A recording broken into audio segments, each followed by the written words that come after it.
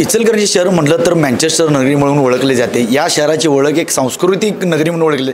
गणपती बाप्पा विराजमान झाले आहेत। आपल्याबरोबर दादा खासदार धैर्यशील दादा, काय सांगाल दादा? आपल्या लोकसभा मतदारसंघातील हा इचलकरंजी शहर मोठा मतदारसंघ ओळखला जातो, कसं पाहता याकडे? खरं तर गणरायाच्या आगमनानं अत्यंत सुखमय वातावरण आणि चैतन्याचं वातावरण संपूर्ण इचलकरंजीच नव्हे संपूर्ण राज्यामध्ये त्या ठिकाणी आहे। आणि गणरायाची आराधना करत असताना इचलकरंजीला टेक्स्टाईलचं हब मानलं जातं। या शहराला विकासाच्या नवी दालनं उपलब्ध व्हावी याच्यासाठी महापालिका काही पावलं अतिशय प्रभावीपणे त्या ठिकाणी टाकते। त्याचा आढावा आज त्या ठिकाणी झाला। इचलकरंजीला विकासात्मक आणि रचनात्मक कामातनं पुढे नेण्यासाठी म्हणून त्याचा बेस तयार करण्याचं काम लोकप्रतिनिधी म्हणून आम्ही या ठिकाणी करतोय। आणि मला आनंद आहे की विघ्नहर्त्याच्या आगमनाबरोबरच खऱ्या अर्थाने इचलकरंजीच्या विकासाला एक नवीन कुंदन प्राप्त होतं। आज तुम्ही प्रशासनाची बैठक घेतली, ZLV प्रकल्पाचं आज प्रेझेंटेशन झालं। इचलकरंजी पंचगंगा प्रदूषण मुक्ती होईल, उद्योगी वाढेल, यासाठी सर्व बैठक घेतला, त्याबद्दल काय सांगाल? ZLD हा झिरो डिस्चार्ज पॉलिसी अंतर्गत जे इन्फ्लुएंट ही हजार्डस इंडस्ट्री आहे, ज्यावेळी इन्फ्लुएंट त्यामधनं तयार होईल म्हणजे केमिकल इन्फ्लुएंट त्यामधनं या ठिकाणी तयार होईल आणि ते नदीत गेलं तर ते पॉयझनस होतं। आणि मग याच्यासाठी म्हणून ट्रीटमेंट करण्याची जबाबदारी आता राज्य शासनानं त्या ठिकाणी घेतली।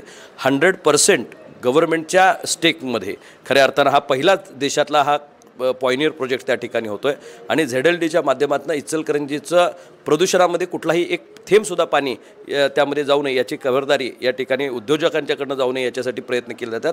आणि जे पाणी त्यांच्यामधनं निर्माण होतं ते पुनर्वापर त्या इंडस्ट्रीमध्येच होण्याची व्यवस्था यामध्ये या ठिकाणी केली जाते। त्याच्यामुळं इचलकरंजी आणि पंचकृषीला त्याचा फायदा या निमित्तानं या ठिकाणी होईल। नदी प्रदूषण रोखण्यामध्ये पण होईल आणि क्वालिटी कापड करत असताना ज्यावेळी जे त्या ठिकाणी उत्पादक आहेत त्यांना एक रुपयाही न घालायला लागल्यामुळे त्यांचं कापड ही स्वस्त दरानं खऱ्या अर्थानं देशातले जे कापड निर्माण होतं आहे त्याच्यापेक्षा स्वस्त दरानं इचलकरंजीकरांचं कापड हे आणखी स्वस्त होण्यामध्ये आणि क्वालिटी होण्यामध्ये याचा हातभार लागणार आहे। मुंबईमध्ये मराठा समाजाचं आंदोलन चिघळत चाललं आहे। जरांगे पाटलांनी पाणीसुद्धा पिणार नाही म्हणलं, तर आज कुठंतरी मंत्रालयात घुसण्याचा प्रकार किंवा असे प्रकार ओघळ आलेले आहेत। पोलिसांवर दबाव वाढत चालला आहे। एक मराठा समाजाचे तुम्ही खासदारात मुख्यमंत्र्यांवर जरांगे पाटलांनी टीका होऊ लागले, त्याबद्दल काय सांगाल? आमचे नेते आदरणीय एकनाथजी शिंदे साहेबांनी मुख्यमंत्री असताना याच्या बाबतीतली अतिशय पॉझिटिव्ह पावलं त्या ठिकाणी उचलली। आणि मराठा समाजाला न्याय मिळवण्यासाठी म्हणून जे जरांगे पाटील साहेबांचं म्हणणं आहे त्याला दुजोरा देण्याचं काम सन्माननीय तत्कालीन मुख्यमंत्री एकनाथजी शिंदे साहेबांनी केलं। आत्ताचेही मुख्यमंत्री त्या दिशेनं कायद्याच्या चौकटीमध्ये बसवून खऱ्या अर्थानं संसदीय लोकशाहीमध्ये संविधानाच्या चौकटीमध्ये बसवून काही निर्णय घ्यावे लागतात। निश्चितपणे आदरणीय मुख्यमंत्री यामधनं पॉझिटिव्ह मार्ग काढण्यासाठी डायलॉग या ठिकाणी एस्टॅब्लिश करतील। आणि निश्चितच जी जरांगे पाटील साहेबांची मानसिकता आहे किंवा इच्छा आहे ते मराठा समाजाला न्याय मिळवून देण्याची आणि त्यांची न्यायिक मागणी आहे त्याला खऱ्या अर्थानं संपूर्ण महाराष्ट्रभरातनं त्याचा पाठिंबा या ठिकाणी प्राप्त होतो। निश्चितपणे त्याचा आदर राखत मराठा बांधवांच्या मागण्या पूर्ण करण्यासाठी हे शासन या ठिकाणी पॉझिटिव्ह पावलं टाकेल। कुठंतरी एकेरी भाषा मुख्यमंत्र्यांवर बोलली जाते, त्याबद्दल काय सांगाल? नाही, कुठल्याही व्यवस्थेमध्ये कुणावरही टीका करत असताना एखाद्या व्यवस्थेवर टीका करायला हरकत नाही, पण व्यक्तीवर टीका होऊ नये। कामावर टीका झाली तर काही या ठिकाणी हरकत नसते। हे पथ्य सर्वच लोकांनी या ठिकाणी पाळलं गेलं पाहिजे।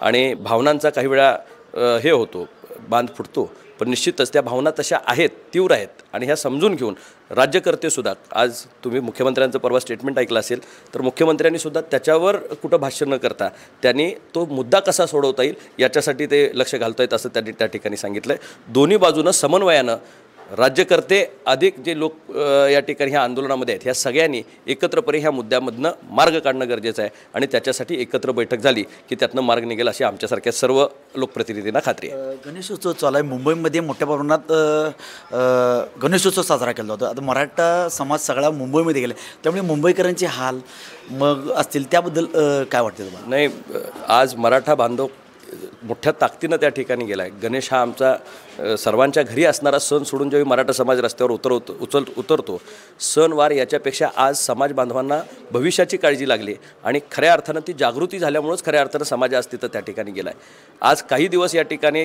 गणरायाच्या आगमनाबरोबर समाज तिथं या ठिकाणी आला आहे आणि गणरायाला निरोप देण्याआधी समाजाच्या मागण्या पूर्ण व्हाव्यात हीच माझी गणरायाच्या चरणी प्रार्थना आहे। जसा गणरायाला आपण विघ्नहर्ता म्हणतो, निश्चितपणे मराठा समाजाच्या बाजूनं हा कौल त्या ठिकाणी पडेल आणि विघ्नहर्त्याच्या आशीर्वादानं हा गणपती सुखानं समृद्धीनं गणरायाचा आशीर्वाद मराठा समाजाच्या पाठीशी राहील आणि त्यांची जी न्यायिक मागणी आहे त्याला या ठिकाणी हे मदत होईल।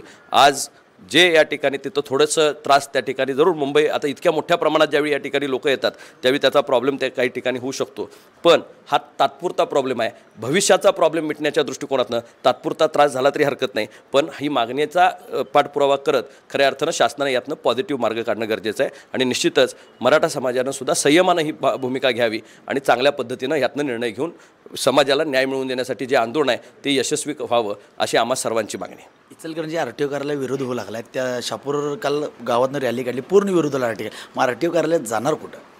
नाही, आता मी जरा तिची पूर्ण डिटेल माहिती घेतो. शहापूरकरांचं एकच प्लॉट रिकामा राहिला आहे आणि त्या अनुषंगानं प्रत्येक जे आरक्षण होतं आहे ते शहापूरवरच या ठिकाणी जातं आहे असं शहापूरकरांची मानसिकता त्या ठिकाणी तयार झाली.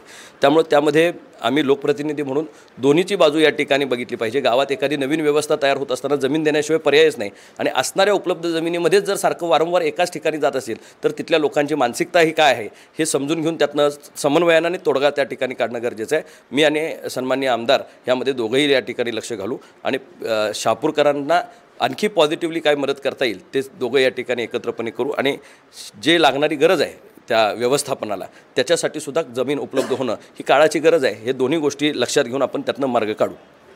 आपल्यावर धैर्यशील दादा यांनी सांगितले की मराठा समाजाला आरक्षण मिळालंच पाहिजे, त्या पद्धतीनं सध्या पावलं उचललं. कॅमेरामन निखिल विशेष मी साईनाथ जाधव, TV9 मराठी, इचलकरंजी.